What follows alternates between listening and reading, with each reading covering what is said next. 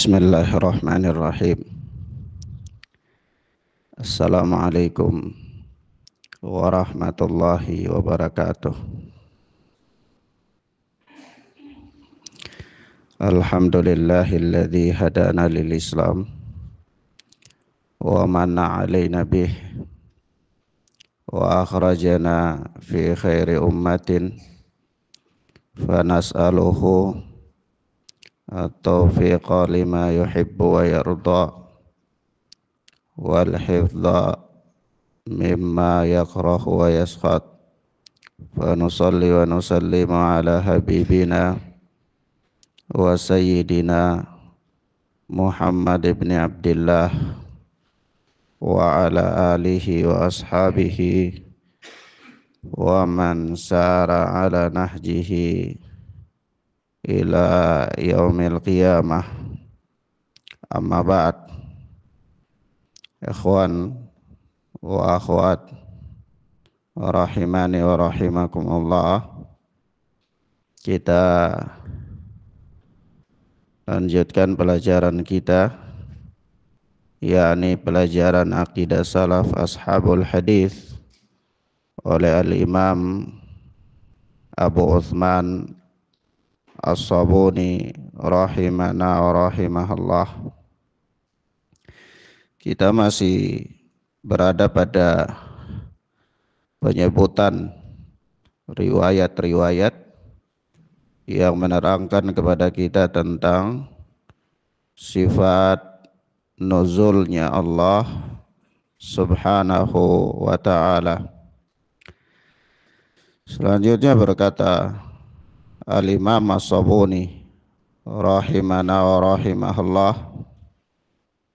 akhbarana Abu Muhammad Al-Makhladi haddatsana Abul Abbas Al-Thaqafi haddatsana Al-Hasan bin Sabbah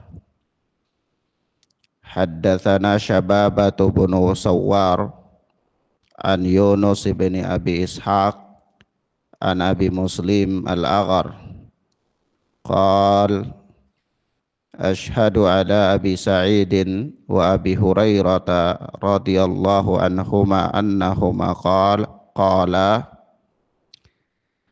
Kata Imam As-Sabuni telah mengabarkan kepada kami Abu Muhammad Al-Makhladi.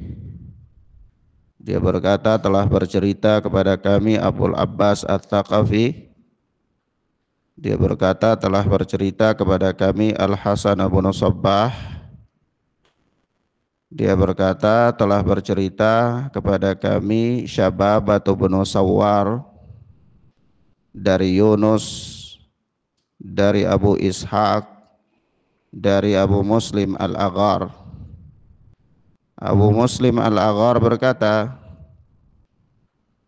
asyhadu ala Abi Sa'idin wa Abi Hurairah radhiyallahu anhuma annahuma qala, aku mempersaksikan bahwa Abu Sa'id dan Abu Hurairah keduanya berkata, Abu Sa'id Al-Khudri, sahabat Nabi sallallahu alaihi wa alihi wasallam. Demikian pula Abu Hurairah, sahabat Nabi sallallahu alaihi wa alihi wasallam. Ya, mereka berdua berkata, qala Rasulullah sallallahu alaihi wa alihi wasallam. Rasulullah sallallahu alaihi wa alihi wasallam bersabda, innallaha yumhilu hatta idza kana thuluthul laili habata ila hadhihi sama, thumma amara bi abwabis samai futihat. Kata Nabi, sesungguhnya Allah subhanahu wa ta'ala menunda sampai sepertiga malam. Yani Allah mengulur waktu sampai sepertiga malam, habata ila hadhihi sama, lalu Allah turun ke langit dunia ini, yaitu turun pada sepertiga malam. Tsumma amara bi abwabi sama'i futihat, lalu Allah perintahkan untuk dibukakannya pintu-pintu langit. Maka dibukakan pintu-pintu langit. Faqala hal min sa'il fa'utiyah. Lalu Allah Subhanahu wa taala berfirman, adakah orang yang meminta sehingga aku beri permintaannya, aku penuhi permintaannya. Hal min da'in fa'ujibah. Adakah orang yang berdoa hingga aku kabulkan doanya. Hal min mustaghfirin faghfiralah. Adakah orang yang memohon ampun sehingga aku ampuni. Hal min muttarrin akshifa anhu durrah. Adakah orang yang kesulitan lalu aku singkapkan kesusahannya. Hal min mustaghithin ughithu. Adakah orang yang meminta pertolongan lalu aku tolong dia. Kata Nabi, fala yazalu dzalika makanuhu hatta yatlu al-fajru fi kulli lailatin minad dunya. Terus Allah Subhanahu wa taala berada di tempatnya itu, ya, ketika Allah turun begitu terus sambil Allah Subhanahu wa taala berfirman dengan kalimat-kalimat yang disebutkan dalam hadis ini. Terus begitu hatta yatlu al-fajru fi kulli lailatin minad dunya, sampai terbit fajar. Nah, itu terjadi pada setiap malam dari malam-malam yang berlaku di dunia. Jadi masa yang berlaku dalam masa kehidupan dunia, ya. Nah, setiap malam. Hadis ini dikeluarkan juga oleh Al-Imam Ad-Daraqutni, dan ini hadis yang sahih. Hadis ini adalah hadis yang sahih. Naam. Ikhwan wa akhwat, jazakallah khair. Ini menerangkan kepada kita, ya. Saya minum kopi dulu. Ya. Bismillah.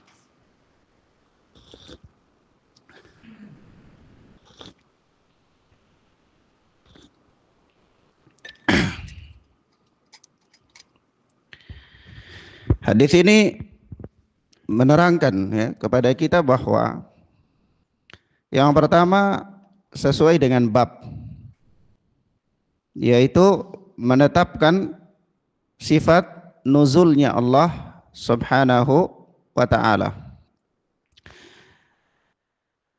Yang kedua, hadis ini menetapkan kepada kita bahwa betapa luasnya karunia dan rahmat Allah Subhanahu wa ta'ala. Naam. Dan yang ketiga, bahwa informasi yang Allah Subhanahu wa ta'ala sampaikan, yang disebutkan oleh Rasul sallallahu alaihi wasallam dalam hadis ini, menerangkan kepada kita bahwa peristiwa yang terjadi itu adalah peristiwa menurut perhitungan dunia, yaitu malam-malam itu terjadi pada malam-malam dunia. Jadi jangan sampai kita berpikir bahwa jangan sampai ini peristiwa yang nanti terjadinya di akhirat, atau ini terjadi dengan apa di satu alam yang lain dan seterusnya. Tidak demikian. Dan ini disebutkan kullalailah, ya, pada setiap malam, sehingga malam terjadi di bumi manapun, maka disitulah bumi tersebut pada sepertiga malam Allah tabaraka wa ta'ala turun. Allah tabaraka wa ta'ala turun. Jadi Allah turun siang enggak? Tidak disebutkan dalam nas. Tidak disebutkan di apa? Dalam nas. Tapi Allah mampu untuk turun enggak? Mampu. Allah tabaraka wa ta'ala mampu turun kapan saja ketika Allah berkehendak. Ya. Tetapi Allah tidak menginformasikan kepada kita bahwa Allah turun di siang hari. Nanti ada hadis-hadis yang menerangkan kepada kita pada pertengahan bulan Sya'ban, Allah turun dari malam sampai siang sampai sore harinya. Ya, tetapi nanti itu lain pembahasannya. Tapi yang jelas Allah tabaraka wa ta'ala turun pada setiap malam. Dari malam yang berlaku di dunia. Jadi kalau seandainya menurut teori ya, menurut teori bumi itu bulat, walaupun penganut paham teori bumi bulat itu berselisih pendapat juga ya.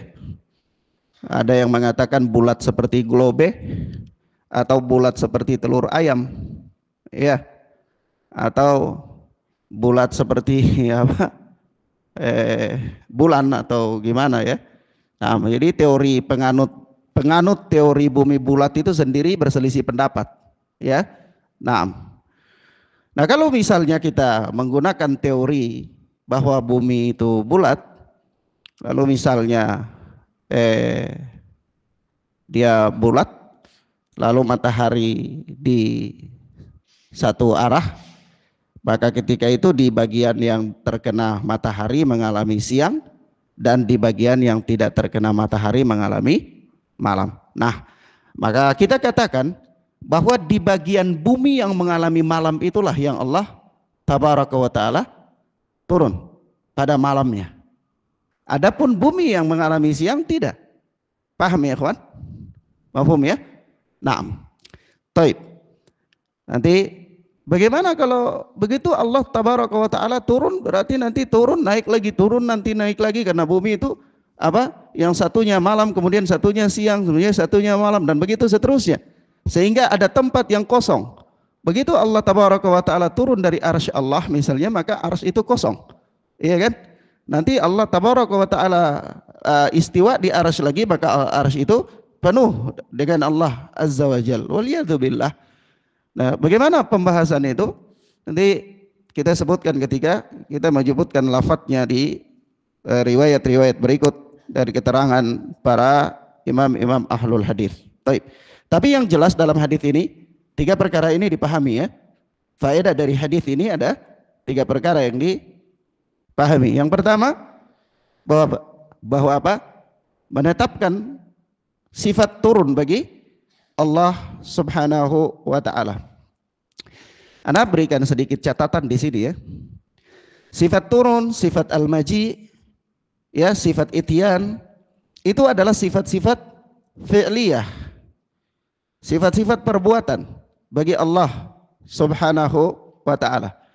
Artinya dia sesuai dengan kehendak Allah. Kapan ketika Allah berkehendak maka dia bisa terjadi, kapan ketika Allah tidak berkehendak dia tidak terjadi. Naam. Allah mampu untuk turun kapan saja. Allah mampu datang kapan saja. Allah mampu hadir kapan saja. Tapi Allah tidak menginformasikan kepada kita saat-saat selain daripada apa yang telah Allah tetapkan. Maka kita tetapkan berdasarkan nas yang ditetapkan, yang diberitakan oleh Allah dan Rasulnya kepada kita. Nah, itu catatan yang harus dipahami. Kenapa? Karena ada hal-hal tertentu yang Allah mampu tapi mustahil untuk dilakukan oleh Allah. Bukan Allah tidak mampu. Allah itu mampu atas segala sesuatu. Tetapi ada hal-hal tertentu yang mustahil bagi Allah azza wa jalla. Paham ya kawan? Misalnya begini, Allah mampu nggak menciptakan anak bagi Allah? Mampu nggak? Mampu. Tapi iya, Allah ciptakan anak? Mustahil. Allah nggak ciptakan itu. Begitu. Paham ya? Mampu nggak Allah menciptakan Tuhan lain selain daripada Allah? Misalnya, Ini pelajaran akidah, berat dia ini. Tapi ini dibahas oleh para ulama. Paham nggak? Mampu nggak? Mampu. Allah mampu menciptakan istri nggak? Mampu. Tetapi apa? Itu mustahil bagi Allah untuk lakukan. Begitu. Paham ya ikhwan? Bukan berarti Allah tidak mampu. Mafhum ya? Jadi Allah subhanahu wa ta'ala sifat-sifat yang berkaitan dengan perbuatan Allah azza wa jal itu tergantung dari kehendak Allah. Kapan ketika Allah berkehendak Allah bisa melakukannya, kapan ketika Allah tidak berkehendak maka Allah tidak melakukannya. Nah ada sekian perkara yang memang Allah sanggup untuk melakukannya karena Allah maha sanggup untuk melakukan apapun yang Allah kehendak. Hanya saja Allah mustahil untuk melakukannya. Begitu. Paham ya ikhwan? Taib. Mafhum ya? Naam. Taib. Itu bagian dari catatan yang kita berikan berkaitan dengan penetapan adanya sifat nuzul bagi Allah. Yang kedua, menetapkan kepada kita tentang apa? Betapa luasnya rahmat Allah subhanahu wa ta'ala. Yang ketiga, tentang apa? Tentang Allah turun di langit dunia itu pada setiap malam dari malam-malam yang berlaku dalam kehidupan dunia. Dan itu terletak pada malam di mana bumi itu mengalami malam. Artinya begini, kalau bumi yang melakukan malam, maka pada waktu sepertiga malam yang akhirnya Allah turun. Bumi yang mengalami siang, di situ Allah enggak turun. Paham ya? Kalau dikatakan kenapa begitu ya Ustaz? Itu tadi kaidah pertama kita katakan bahwa sifat yang berkaitan dengan perbuatan Allah subhanahu wa ta'ala itu kapan ketika Allah berkehendak maka terjadi, Allah lakukan, kapan ketika Allah tidak berkehendak Allah tidak lakukan. Sementara berkaitan dengan penetapan sifat itu Allah menetapkan bahwa Allah turun di sepertiga malam yang akhir dari bumi yang mengalami malam. Bumi yang mengalami apa? Malam. Begitu. Paham ya ikhwan? Antum paham ini? Iya. Naam, taib. Kemudian selanjutnya berkata Al-Imam As-Sabuni rahimana wa rahimahullah. Akhbarana Abu Muhammad Al-Makhladi amba'ana Abul Abbas yakni Al-Thaqafi. Telah mengabarkan kepada kami Abu Muhammad Al-Makhladi. Amba'ana, dia berkata telah mengabarkan kepada kami Abul Abbas yakni Al-Thaqafi. Abul Abbas Al-Thaqafi. Dia berkata haddatsana Mujahid bin Musa wal Fadl bin Sahal qala, telah bercerita kepada kami Mujahid bin Musa dan Al-Fadl bin Sahal.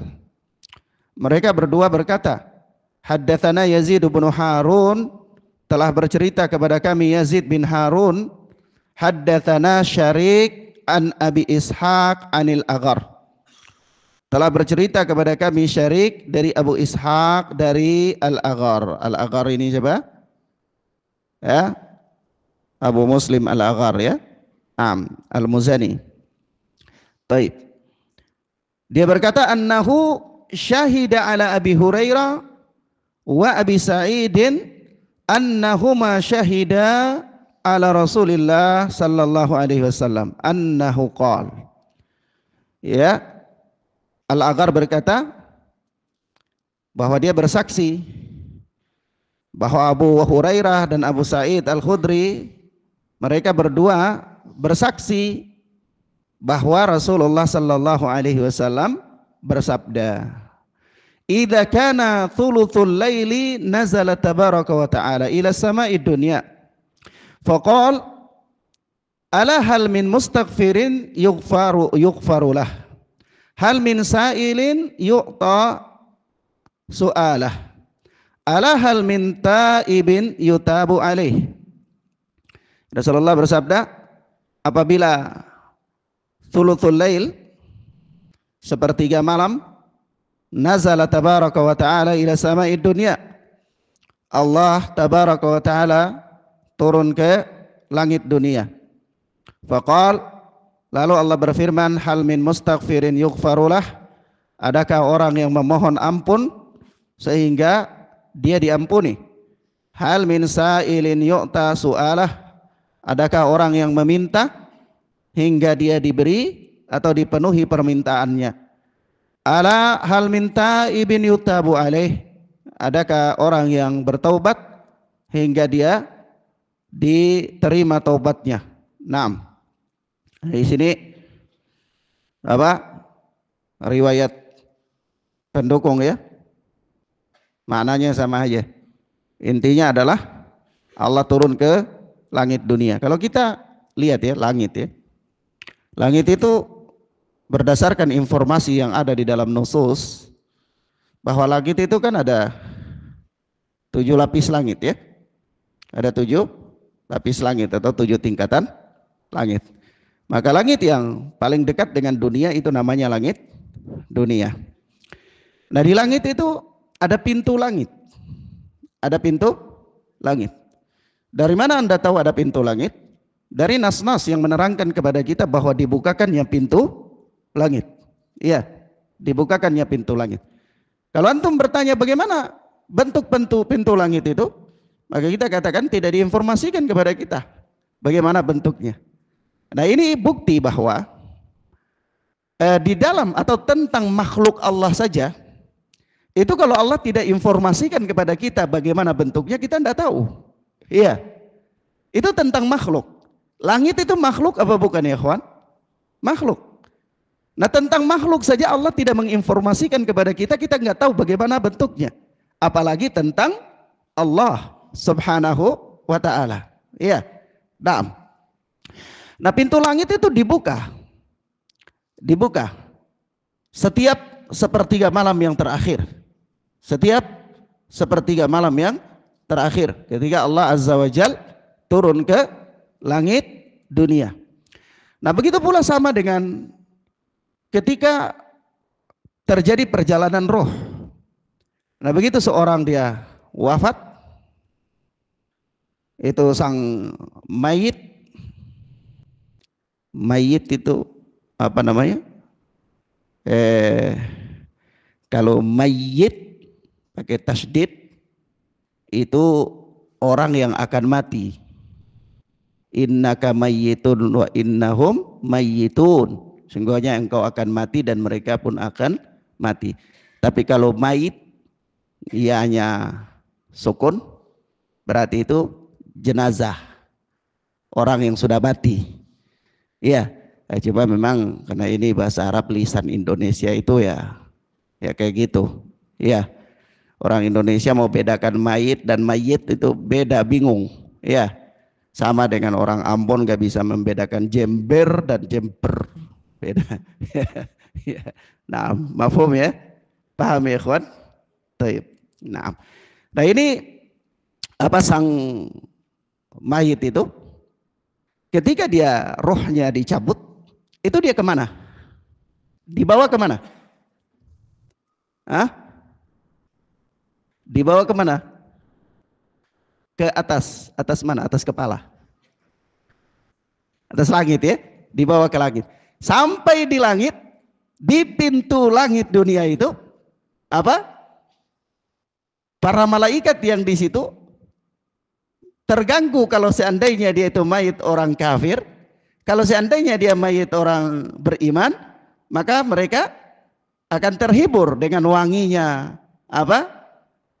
roh daripada mayit tersebut, dan kemudian diberikan salam kepada penjaga pintu langit dan seterusnya, kemudian diantar turun kembali ke kuburnya. Kalau orang kafir terganggu, tidak dibukakan pintu langit kepadanya dan dia dilempar balik ke kuburnya. Nah di situ menerangkan kepada kita ya, ini sejumlah nas yang menerangkan kepada kita bahwa langit itu punya pintu-pintu, dan langit itu, pintu langit itu ada penjaganya. Ada penjaganya enggak? Ada. Siapa penjaganya? Malaikat. Ya, penjaganya adalah para malaikat-malaikat Allah Subhanahu wa taala. Taib. Kemudian selanjutnya berkata Imam As-Sabuni rahimahullah, haddatsana al-Ustad Abu Mansur, haddatsana al-Ustad Abu Mansur ibnu Hamshad, haddatsana Abu Ali Ismail ibnu Muhammad As-Saffar bi Baghdad. Telah bercerita kepada kami Ustadz Abu Mansur bin Hamshad. Dia berkata, telah bercerita kepada kami Abu Ali Ismail bin Muhammad As-Saffar di Baghdad. di Baghdad. Baghdad itu di Irak ya. Di zaman berkembangnya masa-masa keislaman itu, kejayaan Islam itu, maka Irak itu di sana ada banyak para ulama ya.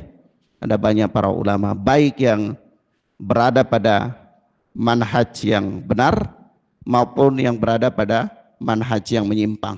Ya. Asy'ariyah muncul di sana juga, Mu'tazilah muncul di sana juga, Khawarij ya juga muncul di sana juga. Tetapi di sana ada sejumlah para ulama jauh sebelum terjadinya fitnah-fitnah itu, banyak kehidupan para ulama di sana. Di kota Basrah maupun di kota Kufah. Ya, naam. Taib. Haddatsana Abu Mansur Ar-Ramadi, dia berkata, yaitu Abu Ali Ismail bin Muhammad As-Saffar di kota Baghdad, dia bercerita kepada kami bahwa Abu Mansur Ar-Ramadi berkata, haddatsana Abdur Razzaq, telah bercerita kepada kami Abdur Razzaq, akhbarana Ma'mar an Suhail bin Abi Saleh. Dia berkata, Abdur Razzaq berkata telah mengabarkan kepada kami Ma'mar dari Suhail bin Saleh, an abihi, dari bapaknya, an Abi Hurairah radhiyallahu anhu qala, dari Abu Hurairah yang Allah telah meridainya, dia berkata, qala Rasulullah sallallahu alaihi wa alihi wasallam, Rasulullah sallallahu alaihi wa alihi wasallam bersabda, yanzilullahu ta'ala fi kulli lailatin ila sama'id dunya fayaqul, ya, Allah tabaraka wa ta'ala turun setiap malam ke langit dunia. Lalu Allah berfirman, ana al-malik, ana al-malik thalathan, saya adalah sang raja, akulah sang raja, sampai 3 kali. Kata Allah azza wa jal, man yas'aluni fa'utiyah, barang siapa yang meminta kepadaku niscaya akan aku beri. Man yad'uni fa'astajibalah, barang siapa yang berdoa kepadaku niscaya aku kabulkan. Man yastaghfiruni fa'aghfiralah, barang siapa yang mohon ampun kepadaku niscaya akan aku ampuni. Fala yazalu kadzalika hatta yatlu al-fajr, senantiasa seperti itu sampai terbitnya fajar. Baik. Hadis ini ya kawan, juga dikeluarkan oleh Imam Muslim. Hadis ini juga dikeluarkan oleh Imam Muslim di dalam sahihnya, dan ini hadis yang sahih. Faedah yang paling nampak dari hadis ini adalah faedah tambahan. Faedah tambahan yang menjadi hujjah, yang menerangkan kepada kita dan menetapkan kepada kita tentang sifat nuzulnya Allah. Artinya apa? Artinya di sini Allah Subhanahu wa taala turun ke langit dunia pada sepertiga malam yang akhir, dan Allah itu berfirman, ana al-malik, akulah sang raja. Ini bantahan telak kepada Jahmiyah yang mengatakan bahwa yang turun itu rahmat Allah. Yang turun itu rahmat Allah. Kalau mereka mengatakan yang turun itu rahmat Allah, atau yang turun itu adalah perintah Allah, ya, maka kita katakan, apakah pantas rahmat Allah mengatakan ana al-malik? Tidak pantas. Ya. Apakah perintah Allah azza wa jalla itu mengatakan ana al-malik, saya adalah sang raja, siapa yang meminta kepadaku niscaya akan aku beri, siapa yang mohon ampun niscaya akan aku ampuni? Pantaskah rahmat Allah azza wa jalla mengatakan yang demikian? Maka kita katakan tidak pantas. Oleh sebab itu apa? Ini ketetapan yang pasti. Ketetapan yang pasti dalam hadis yang sahih yang menerangkan kepada kita bahwa yang turun itu adalah Allah Jalla wa Ala. Allah turun. Allah turun, dan Allah berkata, ana al-malik, saya adalah sang raja, akulah sang raja. Ya, itu diucapkan sampai 3 kali. Kemudian baru Allah Subhanahu wa taala mengatakan, man yas'aluni fa'utiyah, siapa yang minta kepadaku niscaya akan aku beri. Ya, rahmat tidak mungkin akan mengatakan begitu kan, dia tidak punya hak apa-apa. Iya. Begitu pula kalau yang turun adalah perintah Allah, maka dia juga tidak berhak untuk mengatakan siapa yang meminta kepadaku niscaya akan aku beri. Itu tidak layak. Sebab itu kalau kita berdoa, kita tidak bisa mengatakan ya rahmat, ya, atau ya perintah Allah, kabulkanlah permintaanku, atau ya rahmat Allah, kabulkanlah permintaanku. Tidak bisa. Ya, tidak bisa. Kenapa? Kalau kita berdoa kepada rahmat Allah, kesyirikan. Kesyirikan. Iya. Naam. Taib. Paham ya, ikhwan? Kemudian selanjutnya berkata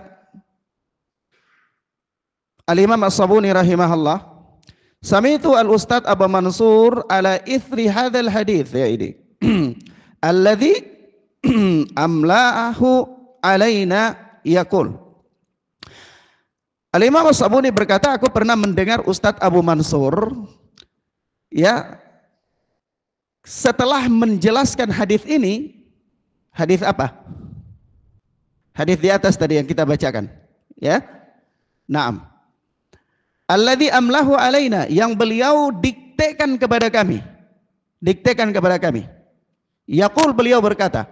Jadi ya ikhwan, di sini penegasan-penegasan oleh perawi ya, dari cara bagaimana mereka menerima sebuah hadis. Jadi para perawi menerima hadis itu ada caranya. Terkadang dia datang bawa kitab, dia bacakan di hadapan sang guru. Iya. Itu dia meriwayatkan hadis tersebut. Sang guru dengar, sang guru membenarkan ya, dan mengakui, maka itulah yang dia riwayatkan dari gurunya. Ada yang begitu. Ada pula sang murid itu dia datang atau dia temukan satu kitab peninggalan seorang guru. Lalu dia mempelajarinya, maka dia meriwayatkannya. Itu dia meriwayatkan dengan mendapatkan apa? Lembaran catatan gurunya. Mafhum ya ikhwan? Taib. Ada juga seorang ahli, ya itu dia meriwayatkan hadis dengan cara dia datang di hadapan gurunya, lalu gurunya membacakan kepadanya. Ya, gurunya membacakan kepada dia isi daripada kitab tersebut. Nah itu maka ini semua menjadi perbincangan di antara para ulama ahlul hadis tentang cara bagaimana seseorang itu dia mendapatkan hadis dan dia meriwayatkannya. Iya. Nah, sehingga ada orang yang dia meriwayatkan dengan lafaz haddatsana, ada orang yang dia meriwayatkan dengan lafaz akhbarana, ada orang yang dia meriwayatkan dengan lafaz an dari si fulan. Apakah itu sama semua? Tidak, tidak sama. Tidak sama. Sehingga kalau seorang perawi yang dia bermasalah, misalnya rawi itu mudallis, dia sering melakukan tadlis, menyembunyikan nama perawi. Ya, seorang rawi, seorang periwayat hadis, dia meriwayatkan sebuah hadis tapi dia sering menyembunyikan nama seorang rawi. Ya, misalnya dia dapati rawi ini jadi pembicaraan, dia sembunyikan namanya, dia enggak sebutkan. Begitu. Namanya dia mudallis, ya. Nah, rawi-rawi seperti ini kalau dia meriwayatkan hadis dengan mengatakan an dari si fulan, tidak diterima. Tidak diterima. Karena dari si fulan itu umum, tidak ada kekuatan di situ bahwa dia benar menerima hadis itu dengan cara seperti apa. Tidak ada. Tapi kalau misalnya, makanya dari itu ada dikenal bahwa an-anahnya mudallis itu dhaif. Seorang mudallis meriwayatkan dengan an fulan, nah itu dhaif. Tapi kalau seandainya dia meriwayatkan dari haddatsana, telah bercerita kepada kami, ini bisa sahih. Nah, mafhum ya ikhwan? Paham ya? Taib. Ala kulli hal, apa faedahnya? Ana ingin mengatakan di sini bahwa Al-Imam As-Sabuni menyebutkan di situ, ya, ada kejelasan bahwa Imam As-Sabuni menerima berita itu dari Ustadz Abu Mansur itu amlahu alaina. Dia diktekan kepada kami, begitu. Dia bacakan kepada kami. Nah, mafhum ya ikhwan? Taib. Yaqul, dia berkata, ya, jadi Abu Mansur itu bacakan hadis tersebut, diktekan hadis tersebut kepada Al-Imam As-Sabuni dan yang lainnya ketika itu. Lalu setelah itu, yaqul su'ila Abu Hanifah anhu faqal. Al-Ustadz Abu Mansur ini dia berkata, Al-Imam Abu Hanifah rahimana wa rahimahullah ditanya tentang hadis ini. Ditanya tentang hadis ini. Hadis mana? Hadis di atas tadi, hadis Abu Hurairah. Ya, faqal, maka Imam Abu Hanifah berkata, yanzilu bila kaif. Ya, Allah itu turun tanpa mempertanyakan kaifiyahnya.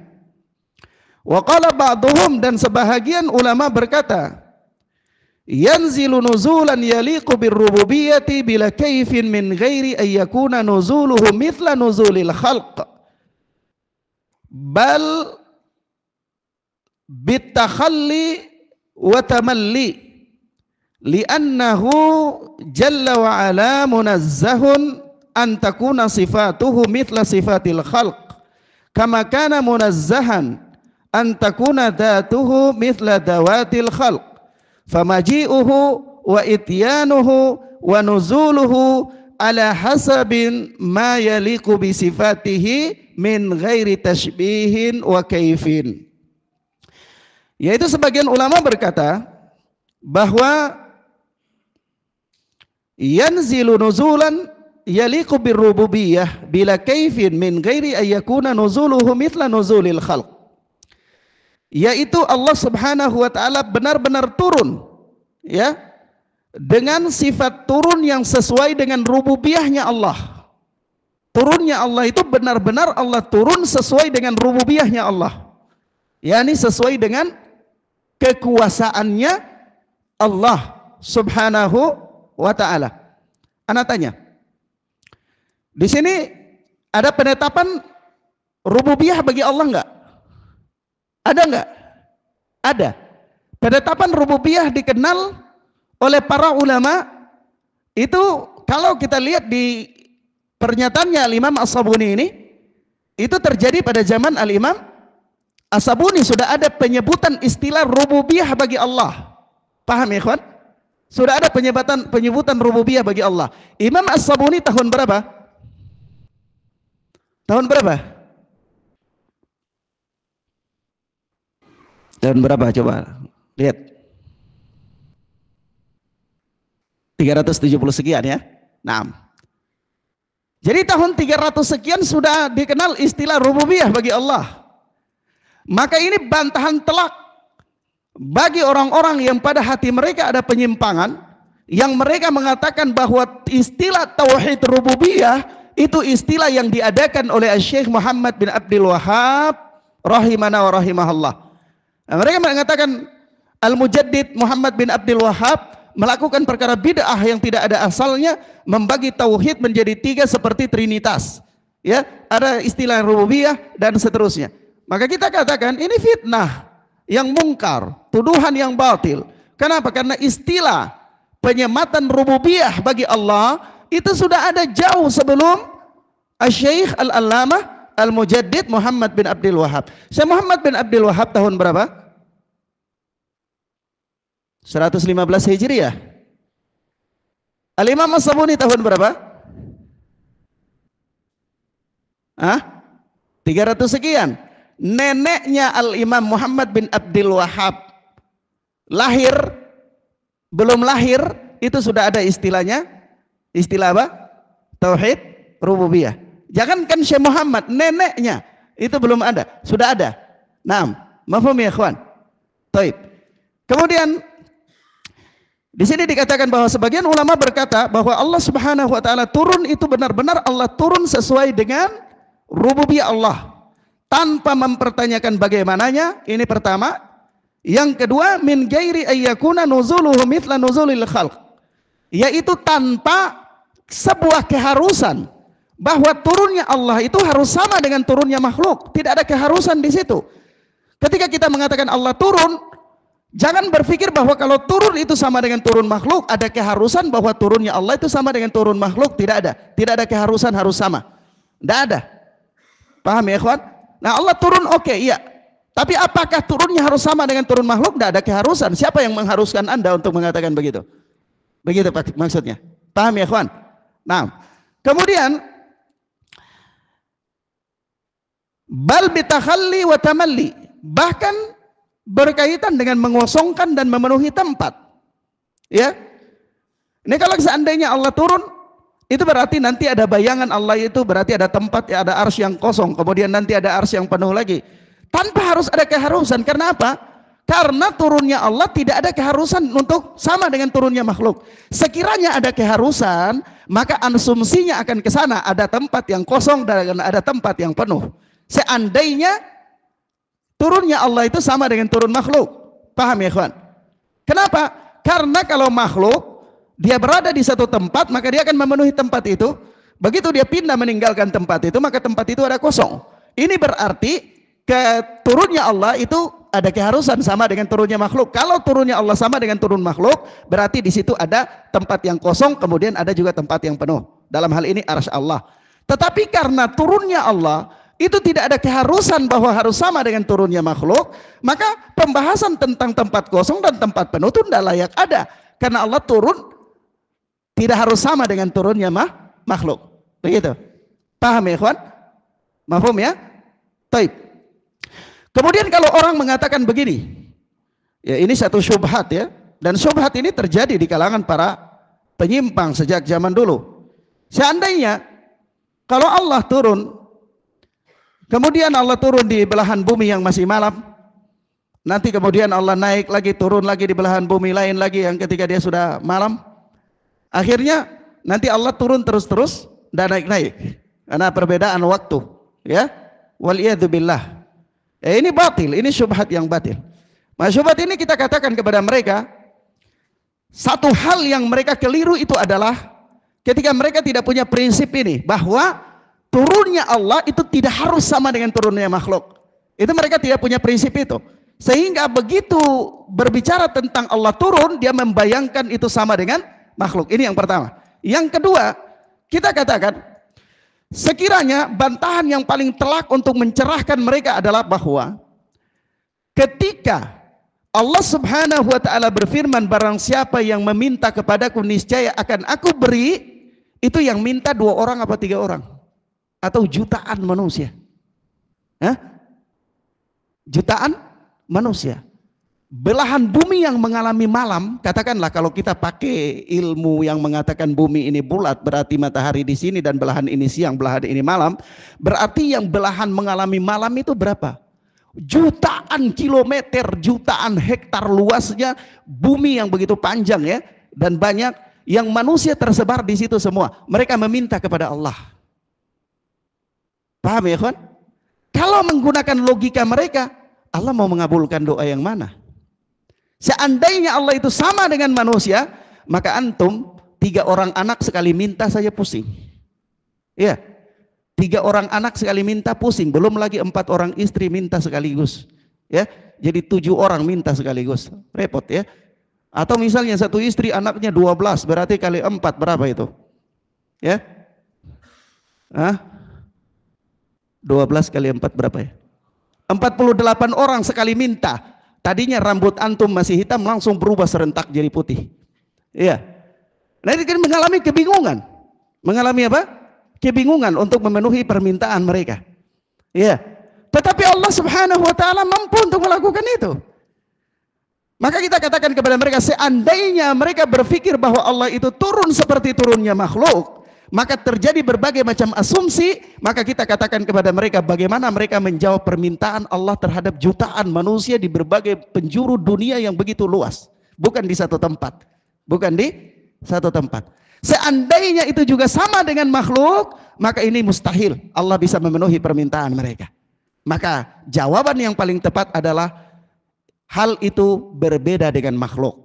Nah, kalau dalam hal pengabulan doa itu berbeda dengan makhluk, maka tentu dalam hal nuzul pun berbeda dengan makhluk. Dalam hal nuzul pun apa? Berbeda dengan makhluk. Mafhum ya, ikhwan? Paham ya? Baik. Kemudian kata beliau, kita bacakan ini ya, kita habiskan. Kata beliau, li'annahu subhanahu munazzahun an takuna sifatuhu mithla sifatil khalq.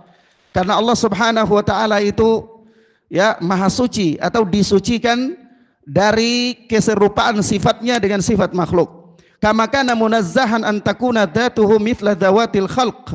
Sebagaimana zatnya Allah itu disucikan dari keserupaan dengan zatnya makhluk. Baik. Allah Jalla wa Ala mempunyai zat, yaitu Allah, begitu ya. Tangan Allah, ya, pendengaran Allah, penglihatan Allah. Baik. Sama dengan makhluk apa tidak? Tidak sama. Ya, kalau zat Allah itu tidak sama dengan makhluk, maka otomatis sifat Allah juga tidak sama dengan makhluk. Paham ya, kawan? Kalau seandainya dia membayangkan bahwa sifat Allah itu sama dengan makhluk, maka kita katakan kepada dia, Anda harus mempunyai konsekuensi bahwa Anda harus mengatakan bahwa zat Allah itu juga sama dengan zat makhluk. Nah, kalau konsekuensinya Anda mengatakan sifat Allah itu sama dengan sifat makhluk, konsekuensinya zat Allah sama dengan zat makhluk, berarti Allah merasakan sakit, Allah merasakan apa? Capek, ya, dan seterusnya sebagaimana zat makhluk merasakan itu. Antum cubit zat itu sakit gak? Nah, apakah Allah akan mengalami yang seperti itu? Tidak mungkin, mustahil bagi Allah.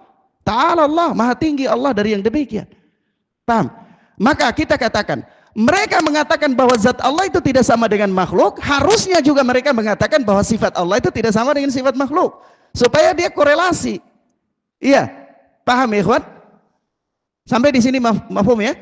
Nah, kemudian kata Al-Imam As-Sabuni rahimahullah, famaji'uhu wa ityanuhu wa nuzuluhu ala hasabi ala ma yaliku bisifatihi min ghairi tashbihin wa kaifi.